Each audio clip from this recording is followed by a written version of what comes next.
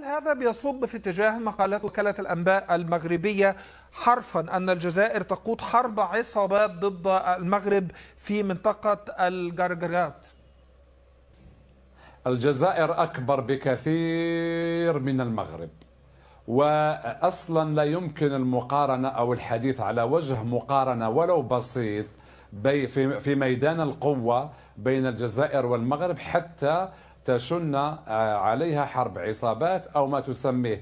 ربما احنا في الجزائر تعودنا على هذه المهاترات أو هذه المحاولات اللي في كل مرة ربما تضر بسمعة المغرب اللي نحن نعتبره شقيق ودولة جار أكثر مما تضر ربما بالجزائر.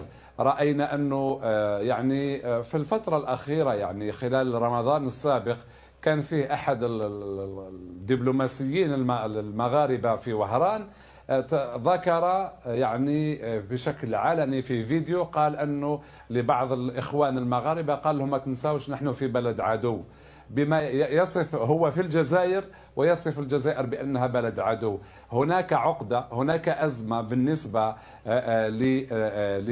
للمغرب تحاول أن تلعب دور القائد، لكن لا التاريخ ولا الجغرافيا ولا الاقتصاد ولا القوة العسكرية تؤهل المغرب لكي يلعب دورا قائدا في المنطقة.